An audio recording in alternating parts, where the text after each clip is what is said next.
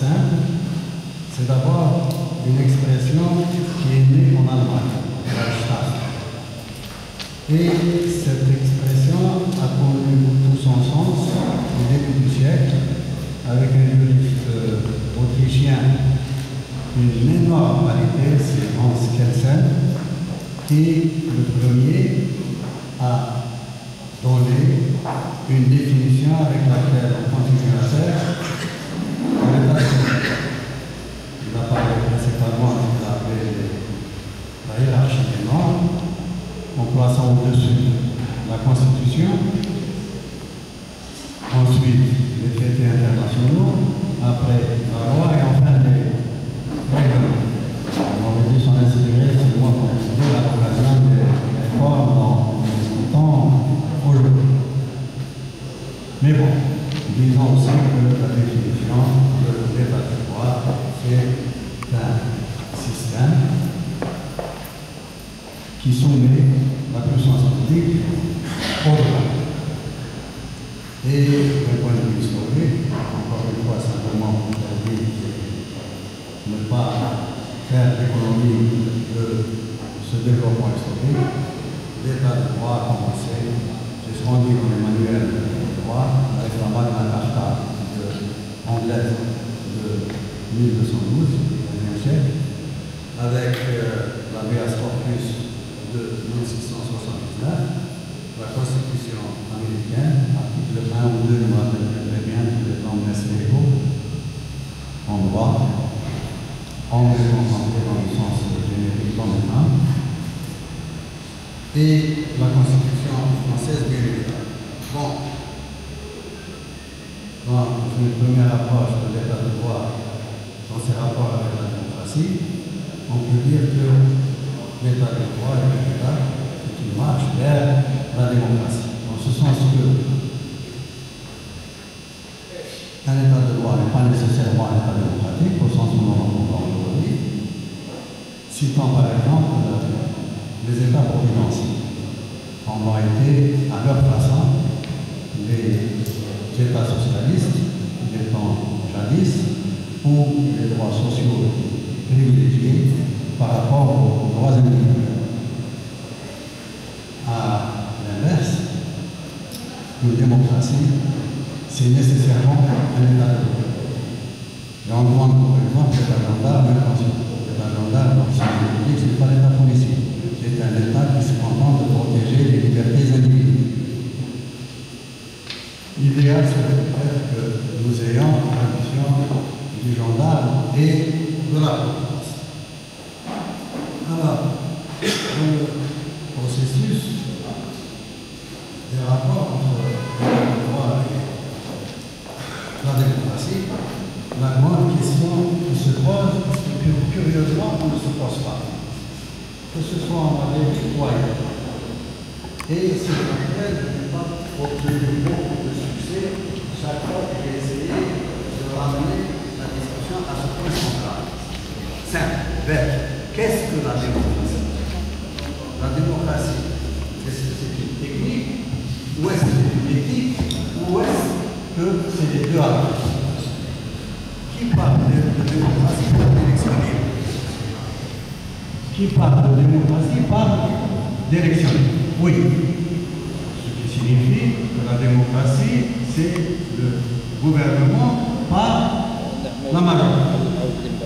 C'est aussi le vote des lois par un parlement issu de la majorité. Et ces lois peuvent être parfois critiquables. C'est ce qui me permet à moi d'utiliser l'expression que dans un cas comme celui-là, nous ne sommes pas dans un état de droit, nous sommes dans un état de loi. Je vais être plus clair un peu plus tard, après avoir parlé de l'aspect éthique de la démocratie. Donc, est-ce que la démocratie, c'est simplement une technique qui autorise les gens à prendre le pouvoir et qui leur permet, à travers le Parlement, qui est né d'élections libres, de faire voter les lois du peuple? Ou est-ce que la démocratie est également une éthique qui suppose le respect par tout le monde, y compris par les vainqueurs des élections, d'un certain nombre de règles, d'un certain nombre de principes et de valeurs intangibles? Tout est là. surtout actuellement, aussi bien pour les pays qui sont en train de se débattre dans ce qu'on appelle le arabe, que pour un pays comme l'Algérie qui vit une période qu'on dit de réforme.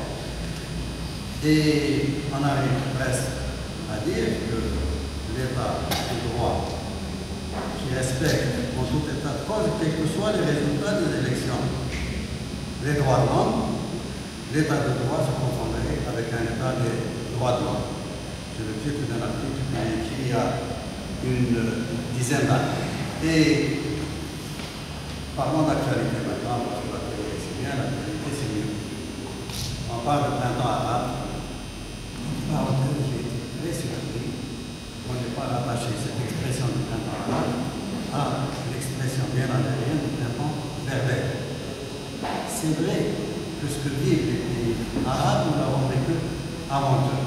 C'est ce que soutient curieusement le pouvoir. Mais nous n'en tirons absolument pas les mêmes conséquences.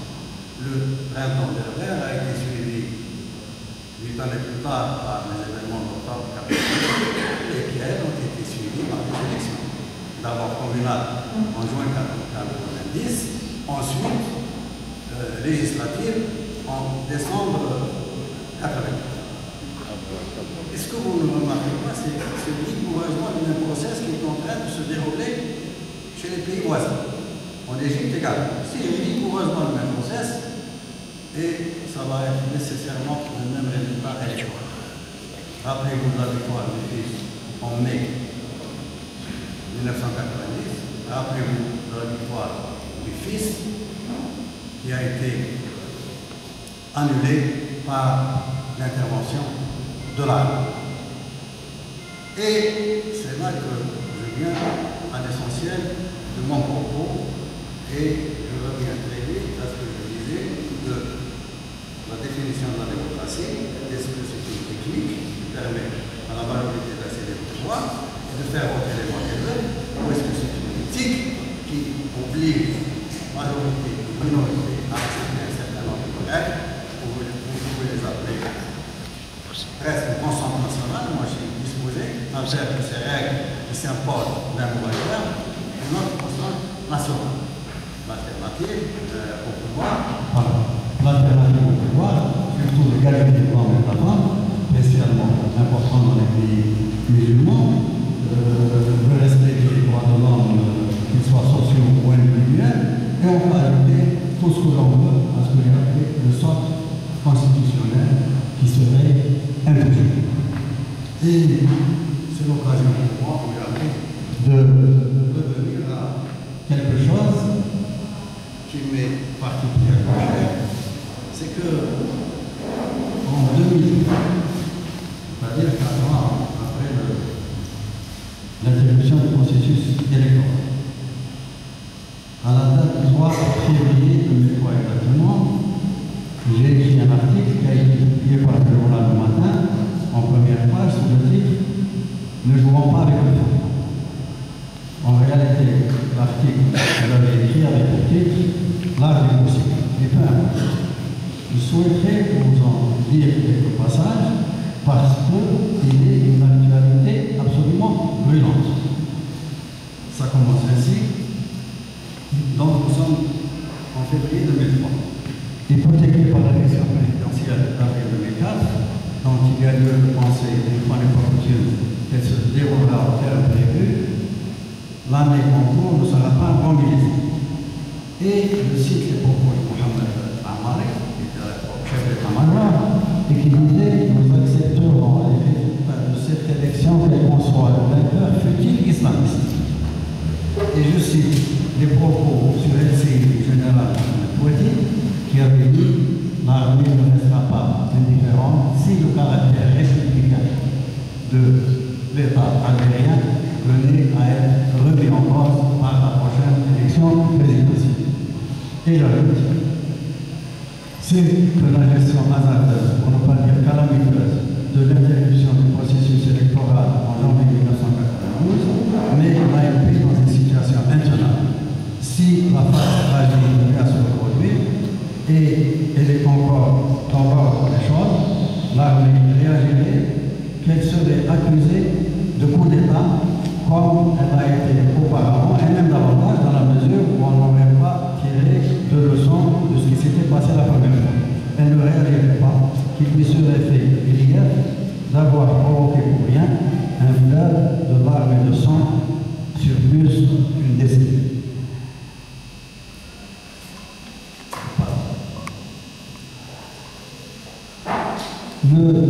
La difficulté majeure de ce choix peut toujours être escamotée par la notation de la fraude électorale dont nous sommes coutumes. Mais on va la couche à l'eau qu'à la fin se brise, et les exemples de la Yougoslavie, dont le président élu en guillemets a fini devant un tribunal international, et de la Côte d'Ivoire, dont un autre président élu en guillemets a connu une fin lamentable et illustre en temps réel, quand il saurait indéfiniment et impunément jouer avec eux. Le pire n'est jamais sûr, mais il faut être aveugle ou naïf ou spécialement retard pour croire que l'Amérique est à la nuit d'un scénario catastrophe, genre 26 décembre 1991. C'est des propos de mes trois générations pour le côté.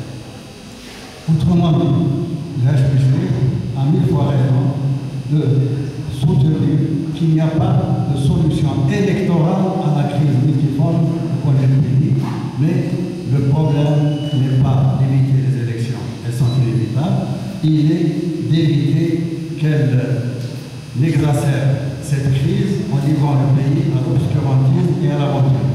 D'un autre côté, aucun État digne de ce nom ne saurait durablement tenir sur des élections dont on s'engage à respecter le verdict dixit de l'Assemblée, à condition qu'il soit conforme à ce que l'on est attendu, rectifié en général, à moins que ce ne soit le contraire. Les élections d'Amérique 2004 sont donc inévitables. Voilà, en parlant de 2004, je pense au prochain. Autant qu'elles soient sincères et loyales, ceci pour leur crédibilité, et ne débouche pas sur un nouveau cycle, ceci pour la stabilité. Cette double exigence peut être satisfaite de deux manières. L'une politique, l'autre institutionnelle, du moins en théorie.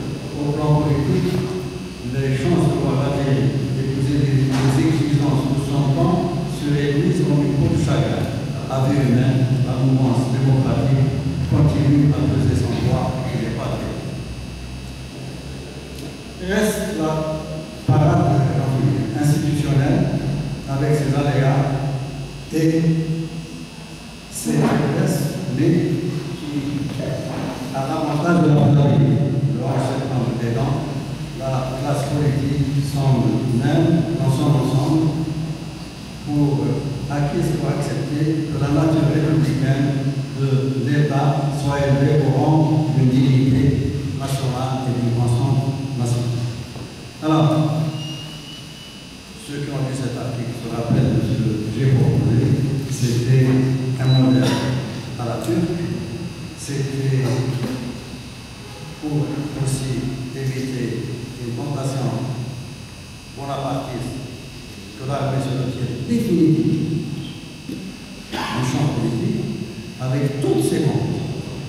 Mais on rappellerait par le jeu d'un conseil qu'on pourrait appeler conseil des sages, dont la composition évidemment c'est la chose la plus compliquée qui soit, reste à déterminer et qui puisse venir au secours de la Constitution si un jour ce bloc constitutionnel venait à être remis en cause. Alors, cet article a provoqué une réaction, si ce n'est la suspicion qui a pesé autour sur ma personne. Toutes les questions qui m'étaient posées à l'époque, ce n'était pas sur le contenu de cet article, qui l'a inspiré. Personne n'a inspiré cet article, et je dis qu'il est encore de circonstance. Et je vois ce qui va arriver en Égypte, en Tunisie, au Maroc. J'avoue très franchement que ce printemps ressemble de plus en plus à un hiver, et qu'en Algérie, on a encore le temps d'essayer de penser à éviter la été entendu par la commission de Salah. J'ai parlé de cette idée de faire garantir la Constitution par ce fameux comité de sages qui pourrait appeler la commune laquelle n'aurait pas la compétence de sa compétence, c'est-à-dire qu'elle ne pourrait pas s'autosaisir. J'ai eu droit à deux lettres. C'est pour ça. Alors, j'ai eu droit à la première, effectivement, j'ai eu droit à la commission qui avait on avait changé et il a été jusqu'à dire que, en Angola, il m'a arrivé de défendre une mauvaise cause, donc c'est encore une mauvaise cause que je défends. Il a peut-être parlé en connaissance de cause, mais j'ai défendu la cible. Et la deuxième réaction, ça a été celle de monsieur le chef du gouvernement, Ahmed Yahya, qui a dit dans les lignes de la démocratie du Parlement, je pense qu'il s'est assis pendant si longtemps sur les bras ça a commencé à le faire.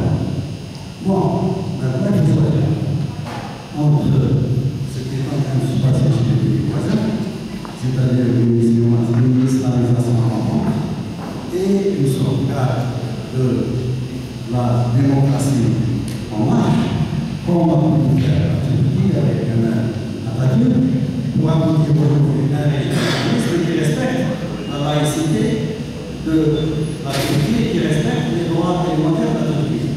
D'ailleurs, je vous invite à ce que je finis, à lire un article magnifique il y a 3 ou 4 jours sur Liberté, il m'avait apporté une ambassade de vérité sur la signature de Boumediene Tassali qui était intitulé La Comparaison.